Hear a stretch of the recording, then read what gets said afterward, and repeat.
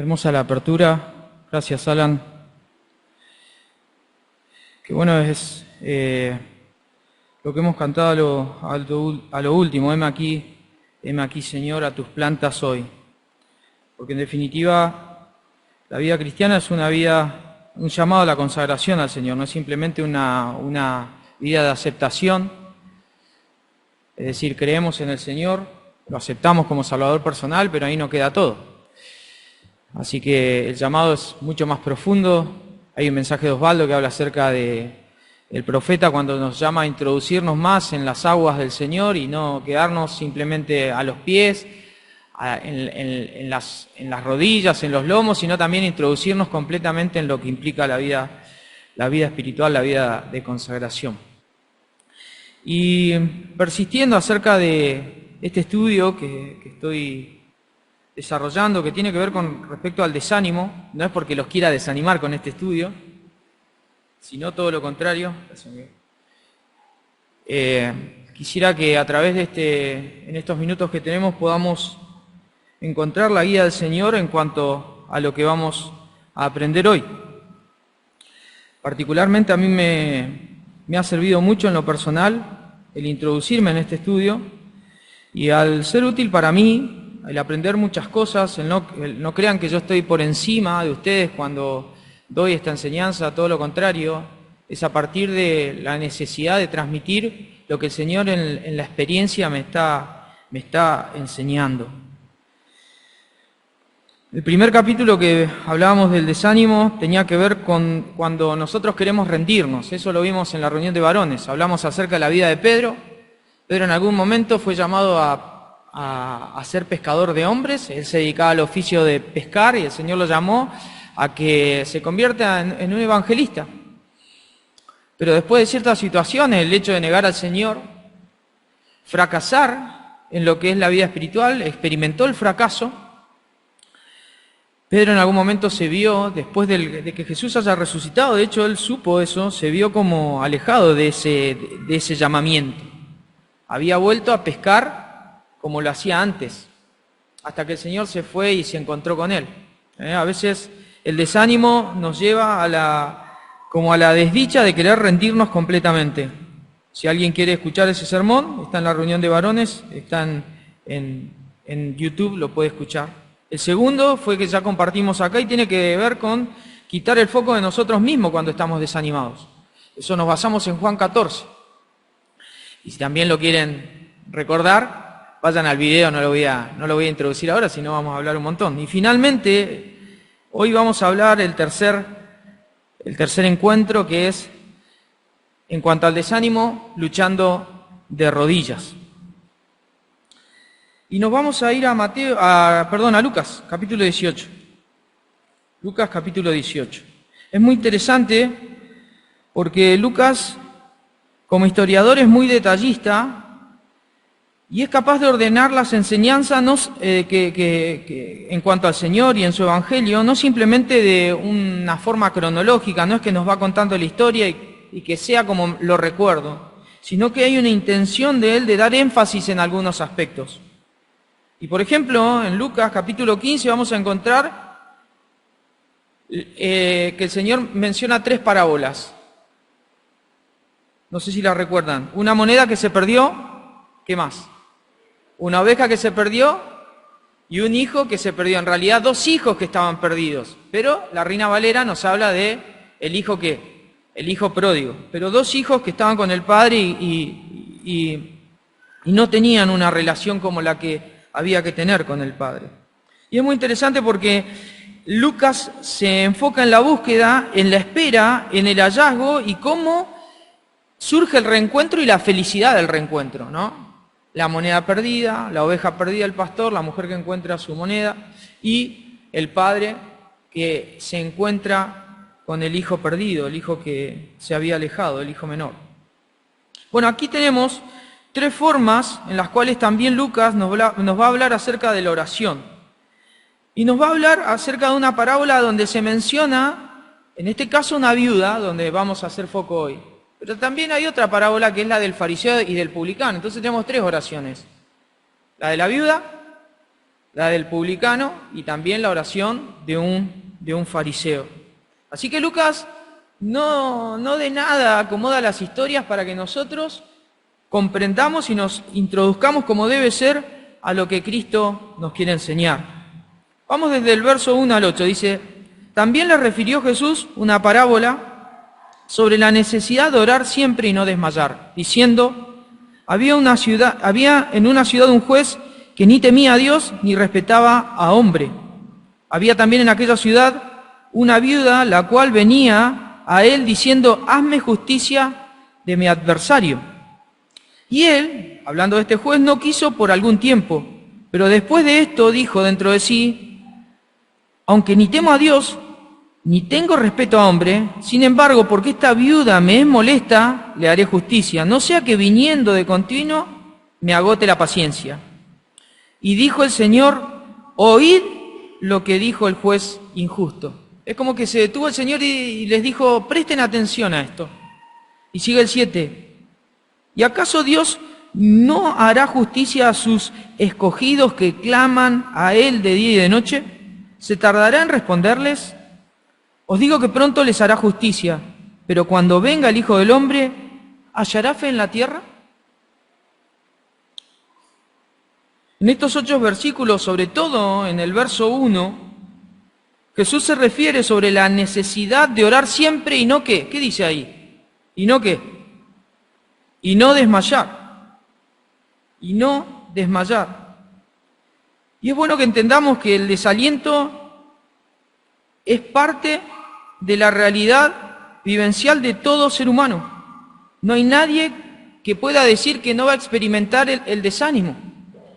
De hecho, ¿alguien en esta semana experimentó algo de desánimo? Levanten la mano, por favor.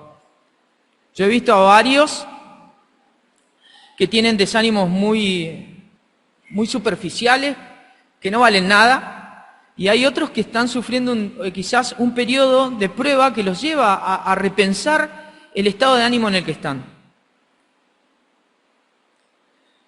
Pero es muy interesante porque Lucas no se enfoca simplemente en la oración como podríamos decir, como un remedio casero para el desánimo, sino que él habla acerca de la oración como una forma de entender la fe, como una forma de comprender la realidad que se vive, pero en relación a lo que Cristo va a establecer en algún tiempo, que es que Él va a venir y va a establecer su reino y que finalmente todo lo que nos preocupa en el aquí y ahora tendrá su fin.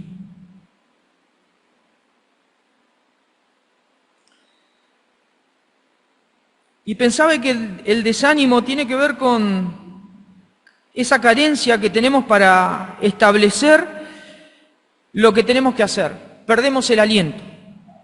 Y esto surge muchas veces por situaciones que son contextuales y que si se van profundizando en el corazón de la persona, en tu corazón, en mi corazón, muchas veces pueden generar cosas que a Dios no le agradan. No muchas veces el desánimo surge por problemas o por un pecado, pero finalmente el desánimo, si se instaura en lo profundo, puede hacernos errar, puede hacernos desconfiar finalmente de Dios. Habitualmente cuando entramos en desánimo y este se desarrolla durante un montón de tiempo, normalmente lo que sucede es que comenzamos a estar insatisfechos con nuestro pasado. La persona desanimada comienza a mirar el vaso no mitad lleno, sino mitad vacío, y comienza a ver sus carencias, y comienza a mirar sin gratitud su pasado y las bendiciones que ha tenido. Comienza a olvidar lo que Dios ha hecho en su vida hasta ese presente. ¿Por qué? Porque en esa instancia, en ese presente, se sufre el desánimo. Y claro, cuando alguien está sufriendo el desánimo, está disgustado con lo que le toca. Y normalmente cuando hay disgusto con lo que nos toca, perdemos las oportunidades que quizás Dios establece para que eso cambie. Instancias, cambios de actitudes, cambios de conducta, cambio de estado por decisiones que haya que tomar. Y finalmente la persona desanimada comienza a desconfiar de lo que viene, del futuro. Está inseguro con respecto al mañana. ¿Por qué? Porque lo que le toca ahora parece no cambiar. Porque cuando el desánimo abraza el corazón, entonces nos hace dudar completamente de Dios y nos hace mirar al futuro sin ninguna clase como de norte o de horizonte, sin propósito. Y cuando hablaba acerca del desaliento, yo les había dicho la vez anterior que el desaliento le sucede a todo el mundo, es universal. Es recurrente porque puede suceder en diferentes situaciones en la vida, pero finalmente es contagioso. Porque si no hay alguien que anime al otro, normalmente el desánimo puede contagiar al resto de las personas. Somos llamados a vivir por encima de esa instancia que es emocional. Somos llamados a orar para no desmayar, dijo el Señor allí en el versículo 1 de esta parábola. La palabra que usa allí el Señor cuando dice que Lucas, que Él les enseñó acerca de la necesidad de orar y no desmayar, allí la palabra significa cuatro cosas. Significa desanimarse, acobardarse, abandonar y finalmente ceder a lo malo. Era lo que les mencionaba recién. El riesgo de desmayar, el riesgo de desanimarse, que finalmente cedemos hacia lo que es peor, porque terminamos desconfiando del poder transformador del Señor. Y es obvio que el Señor no nos está enseñando que debemos orar a tal punto de que no pensemos en otra cosa. Yo no podría orar en todo momento cuando estoy trabajando. Tengo que escuchar a la otra persona cuando me dice que tiene un síntoma. Cuando vos haces tu tarea, también tenés que estar pensando en lo que estás haciendo. ¿Pero qué está queriendo decir el Señor? Bueno, que nuestro enfoque sea la comunión, porque la oración tiene que ver con la comunión, con pensar lo que el Señor piensa, con buscar hacer lo que al Señor le agrada, con someternos a su voluntad. Ahora oramos en el día. ¿Cuántos minutos tiene el día? 1440 minutos. ¿Cuál es el 1% de ese tiempo? 14 minutos, 15. ¿Oramos el 1% de nuestro día? Porque orar, ¿qué es? Hablar con Dios. Bueno, orar no simplemente es la oración que nos separa y como lo hacemos en la mesa. Orar es reflexionar acerca de Dios. Orar es comunicarse con Dios y pedirle que Él nos hable, aún en la intimidad, aún cuando no estoy diciendo nada, pero estoy pensando en el Señor, estoy pensando en obedecerle, quiero obedecerle. Lucas dice que hay una necesidad de orar y de no desmayar. Y esa necesidad conecta con un deber. Básicamente la necesidad nos habla de que la oración es indispensable, tiene que suceder. La oración es irreemplazable, es decir, no puede ser sustituida por otra cosa. Si está ahí es para que lo hagamos. La oración es ineludible. Es decir, no debería evitarse y finalmente la oración es inexcusable. No hay razones por la cual admitir que no oramos. Cuando no oramos estamos en una vida errónea, en una vida que se somete al riesgo de desmayar, al riesgo de desalentarse. Del mismo modo que orar nos ayuda a superar esa instancia si la estamos viviendo. Toda la Escritura habla acerca de la oración. En Efesios 6:18, que fue el que citó hoy Kevin, dice: orando en todo tiempo, con toda oración y súplica en el Espíritu, y velando en ello, en toda perseverancia y súplica por los santos. Así que esta oración de súplica, en todo tiempo, velando con perseverancia, está conectada con el uso de la armadura. El uso de la armadura para cuando sea el día malo. Si vos querés afianzar las verdades de la armadura espiritual, tenés que orar. Por más que leas mucho la Biblia, si no orás, eso queda a mitad de camino. La oración funciona como algo que amalgama toda la armadura de Dios. Hay un estudio también en los devocionales en cuanto a eso. Colosenses 4:2 dice: perseverad en la oración, velando en ella con acción de gracias. La perseverancia se conecta con esto de todo el tiempo que habló el Señor, orando en todo tiempo, para no desmayar. Hay que perseverar. La perseverancia es la dedicación a la oración. Es la conciencia de que tenemos que hablar con Dios. Y finalmente, y extremadamente, tenemos 1 Tesalonicenses 5:17 que dice: orad como mandamiento, sin cesar. Básicamente la oración nos ayuda a esperar conforme a la voluntad de Dios, pero también a someternos a Él. Y Jesús, como siempre lo hace, conecta la sabiduría en cada uno de sus mandamientos, y lo hace a través de las parábolas. En Lucas capítulo 17 el Señor está diciendo que Él regresaría, pero que Él no vendría en el tiempo en que quizás los discípulos estaban esperando. De tal manera que el Señor le dice, ustedes van a sufrir rechazo como lo sufrió Noé y como lo sufrió Lot. Quizás van a ser perseguidos, van a sufrir dificultades. Quizás no nos toque ver la muerte en este tiempo, pero la instancia que nos lleva al desánimo la vamos a experimentar. Ahora, ¿qué vamos a hacer ante esa instancia? Bueno, hay muchos factores que les expliqué en cuanto al desánimo. Quizás un problema mental, quizás un problema económico, una necesidad específica, un problema de salud que se escapa de nuestra posibilidad de solución, pero también el desánimo es un ataque espiritual. Es un ataque demoníaco del enemigo, que quiere detenernos cuando sabe que Dios tiene un propósito para tu vida específica, en cuanto a la vida espiritual, en cuanto al servicio, en cuanto a tu crecimiento y la bendición de otros. En Juan 10:10 el Señor dijo que el propósito del ladrón es robar, es matar y es destruir. Pero yo he venido para que tengan vida y para que la tengan en abundancia, básicamente para que nosotros encontremos plenitud y abundancia en Él. Pero el enemigo es astuto y quiere interferir, quiere robarnos la seguridad que el Señor nos ha dado y de esa manera hacernos caer en una cuestión de desánimo y que nos olvidemos de todos aquellos principios que la palabra tiene y que son beneficiosos para nuestra vida espiritual. Así que Jesús nos habla acerca de una parábola donde al menos hay 3 personajes. ¿Quién es el primero que se menciona? La viuda, el otro, y hay alguien más. El adversario, muy bien ahí la tía. El adversario es importante, no se nos dice mucho, pero está ahí, está ahí. Se nos dice del juez que tenía una personalidad que era injusta. ¿Y por qué es injusto? En principio, porque este juez no representaba el equilibrio que la justicia demanda. Básicamente era un juez que no emitía justicia, sino que tenía una noción de este trabajo de acuerdo a su conveniencia y a su perspectiva de vida. ¿Cómo era su perspectiva de vida? Bueno, no temía a Dios ni tampoco respetaba a los hombres. En la antigüedad, el Gran Sanedrín tenía 71 jueces y en el resto de la ciudad había pequeños sanedrines que tenían 21 jueces. Básicamente estos se basaban en las tradiciones para emitir juicio.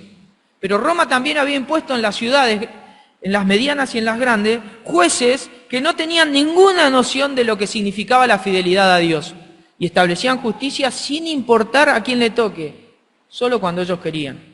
Es como si vayas al médico con una urgencia y el médico te atienda cuando él tenga ganas. De esa manera. La urgencia supone la necesidad de un control adecuado para la instancia. Bueno, estos hombres, probablemente los romanos, no tenían ninguna clase de sentido de exigencia con respecto a los mandamientos. Y Dios le había exigido en el Antiguo Testamento de que ellos debían ser fieles y de corazón íntegro al participar de la justicia, eso por lo menos a su pueblo. Pero aún así el pueblo de Dios había entrado en una crisis judicial donde no había un trato correspondiente hacia las viudas como el que Dios esperaba que tuvieran. Este juez tampoco respetaba a los hombres. Esto significaba que no le importaba lo que piensen los demás, aún a sabiendas de que él sabía que los demás opinaban de él, que era una persona quizás hasta corrupta, que pensaba en sí mismo, que era independiente, que no emitía juicios por un sentido de legalidad, sino simplemente quizás para ganar dinero, sobornar a alguien o recibir algún pago para tomar alguna clase de decisión. Este juez era un juez injusto, dijo el Señor. La segunda era la viuda. Y en ese momento una viuda no era lo que entendemos por viudez acá, que es alguien que se quedó sin pareja, sino que era un problema para aquella cultura el que una mujer se quede viuda, porque básicamente se quedaba sin el rol social del hombre en cuanto a la manutención. Entonces ellas, en aquella sociedad donde los hombres lideraban la familia, la sociedad y lo legal, sufrían muchas veces el destrato de la sociedad, sufrían la pobreza, sufrían el abandono, y muchas de ellas se menciona en la palabra, de hecho Lucas menciona muchísimo acerca de las viudas. sufrieron la pérdida aún de sus propios hijos. No sé si recuerdan la viuda de Naín, a quien Dios le resucitó su hijo. Tuvo compasión de ella, estaba viuda y encima se le muere su hijo. Era una absoluta soledad la que ella iba a vivir.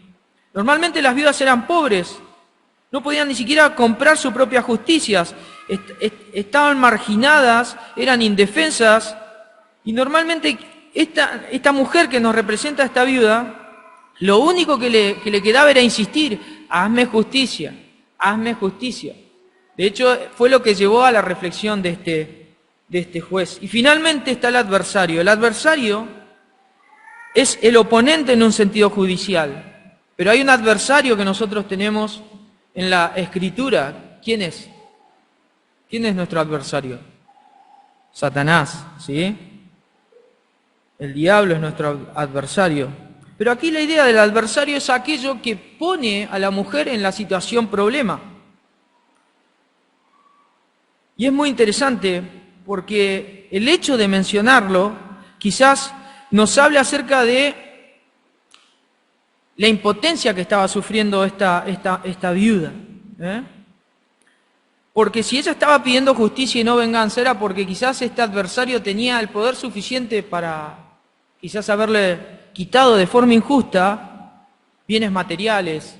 Quizás la dejó en una instancia peor a la que ellos vivían. De hecho, en las epístolas,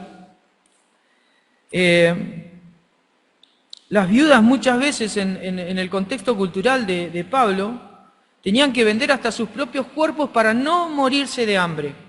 Hasta eso tenían que hacer porque no tenían chance alguna. Cuando venía algún redentor era una gran bendición para esa viuda. Ahora, ¿cuál es la situación? Bueno, básicamente este juez que no practicaba justicia porque su carácter no condecía con lo que Dios pretendía, y su personalidad tampoco daba, no escuchaba a la viuda. La viuda tenía un problema y pedía justicia ante este adversario. Sin embargo, el juez no la escuchó, por eso es la razón por la cual ella insistentemente pide justicia, justicia, justicia. No la escuchó la primera vez, no la escuchó la segunda vez, y la viuda dijo: bueno, entre morir y estar muerto, estoy ahí ante el juez. Y ella empieza básicamente a insistirle al juez. Ella pide que sea correspondida la justicia que necesitaba. Parece que el juez sabía que le correspondía justicia. Y esta insistencia lleva a una extraña reflexión acerca del juez, porque él mismo se reconoce como un juez injusto, que no teme a Dios y que no le importa a la gente, pero se siente molesto por la insistencia de esta mujer. Básicamente lo que dice es que se le está agotando la paciencia y este importunio le puede traer una mala fama. Y allí la palabra que utiliza Lucas para describir lo que este juez injusto es: me va a dejar un ojo morado. Es como la instancia de la vergüenza de que alguien te rompa la cara. Es básicamente ese concepto el que está escrito aquí en el idioma original. Esta vergüenza no le convenía a aquel juez. Y él no estaba pensando en dar justicia porque se correspondía que le dé justicia, porque correspondía eso para un juez o no, es su labor. Pero él está pensando en sí mismo, dice: me la quiero sacar de encima, pues ya no la pude evitar, me sigue insistiendo, lo único que me queda es brindarle justicia a esta mujer. El juez resuelve escuchar a la mujer y entonces hacer justicia por ella. Justicia por ella. Así que tenemos los personajes, la situación, pero también la enseñanza. Porque Jesús comienza a sacar de esta historia principios que van a ser útiles para nuestra vida. Y es muy raro, pero el Señor muchas veces utiliza extremos para hablar acerca de Dios. Y Dios es comparado de una forma de lo que es el cuanto más. ¿Se acuerdan lo que hablamos de las parábolas? O de un principio que va de menor a mayor. Es comparado con este juez injusto, pero no porque Dios es un juez injusto, sino todo lo contrario, porque Él es un Padre bueno que emite justicia y que responde a aquellos que piden. Pero ¿de dónde parte el punto de comparación? De este juez que es injusto. Ahora, Dios no es injusto. En Mateo el Señor comparó y dijo, si ustedes que son padres malos saben dar buenas dádivas a sus hijos, ¿cuánto más entonces vuestro Padre que está en los cielos? ¿Cuánto más? Entonces la comparación es de menor. Si nosotros que somos malos hacemos cosas buenas, ¿cuánto más Dios que está en los cielos va a responder mejor a nuestras necesidades? Esta reflexión es necesaria. Dios está por encima de cualquier juez y es el único que puede responder conforme a justicia verdadera. Y esto es muy importante, esto no va a significar que Dios va a responder conforme a lo que nosotros queremos. Significa que la oración tendrá un efecto primero en su presencia, pero también en nuestra vida. Él va a estar atento a la oración y Él dará respuestas que pueden transformar nuestra realidad externa, pero seguramente transformen nuestra realidad interna. Oren en todo tiempo, ¿para qué? Para no desmayar. Hay algo en la oración que Dios produce en nosotros como resultado, que nos fortalece, que nos anima y que nos ayuda a soportar lo que tengamos que soportar. Ahora, ¿se tarda Dios en responder? Preguntó en el verso 7, ¿se tardará Dios en responderles? Bueno, esta traducción es difícil, porque de acuerdo a los manuscritos originales puede significar que Dios es paciente para nosotros, que muchas veces oramos insistentemente, o que Dios finalmente responde cuando tiene que responder. Puede significar las dos cosas. Y de hecho hay textos en la Biblia donde dice que Dios es paciente ¿para quiénes? Para con nosotros, en 2 Pedro. Así que puede significar las dos cosas. Ahora, ¿se tarda Dios en responder? Bueno, quizás de acuerdo a nuestra perspectiva Dios se tarda un poquito. Quizás hubo personas en algún momento que tuvieron que esperar un lapso importante de tiempo para que Dios le dé la posibilidad de concebir un hijo. ¿Cuántas parejas hay así? Yo conozco. De hecho, tengo gente cercana que ha tenido que orar mucho para que Dios en algún momento responda de esa manera. Quizás algunos están esperando una respuesta que no queda de otra forma que Dios responda. Que Dios responda. No hay otra expectativa, sino que solamente Dios responda. Lo importante acá es que Dios está tratando de que nuevamente enfoquemos no solamente nuestro presente, sino también lo que le hablaba al principio, lo escatológico. Dios en algún momento establecerá el fin de los tiempos. La gente no está acostumbrada a tener en cuenta que Él en algún momento va a venir y no tiene su vida en perspectiva a eso. ¿Se tardará Dios en respondernos? Bueno, 2000 años y el Señor no ha venido. Pero para el Señor, 1000 años es como ¿qué? Como un día. Lo importante es que la oración debe transformar nuestra perspectiva. La viuda representa a los que requieren justicia, y el Señor habla en comparativa acerca de sus escogidos, acerca de aquellos que son sus discípulos y que esperan confiadamente en el Señor. Nosotros no podemos orar como esa mujer, en el sentido de que no podemos estar como si estuviéramos ante un juez injusto, reclamando, como si el Señor fuera injusto. Pero nosotros, bajo los principios de Dios, somos llamados a orar de forma insistente, de forma permanente, de tal manera que la respuesta de Dios nos ayude a nosotros a crecer. La oración persistente y paciente. Y finalmente el adversario, que representa aquello que va a generar en nosotros esa situación que quizás nos fomente el desánimo. Lo peor que nos puede pasar es que la falta de oración lo fomente. Pero si hay alguna instancia en la vida que produzca el desánimo, la oración puede ser un antídoto para salir fortalecidos. Lo importante es lo que hacemos nosotros. Ahora, para terminar, orar básicamente es un signo de fe. Orar nos pone en perspectiva al menos de 3 cosas y con esto termino. Orar nos pone en una perspectiva correcta acerca de quién es Dios. Lo segundo es que orar nos pone acerca de una perspectiva correcta de quiénes somos cada uno de nosotros. Y finalmente, orar nos pone en la perspectiva correcta en cuanto a las situaciones que podemos llegar a experimentar por voluntad o por permiso o por el permitir que Dios tiene para nosotros.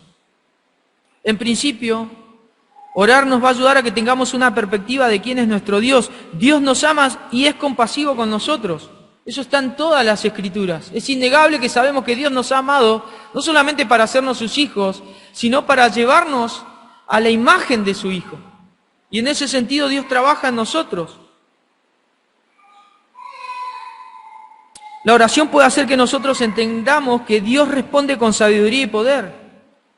En Efesios 3:20 dice, aquel que es poderoso para hacer todas las cosas mucho más abundantemente de lo que pedimos o entendemos, según el poder que actúa en nosotros. Dios actúa más allá de lo que podemos imaginar, de lo que podemos pedir. Ni siquiera podemos imaginar lo que Dios puede hacer cuando nos sometemos a su poder.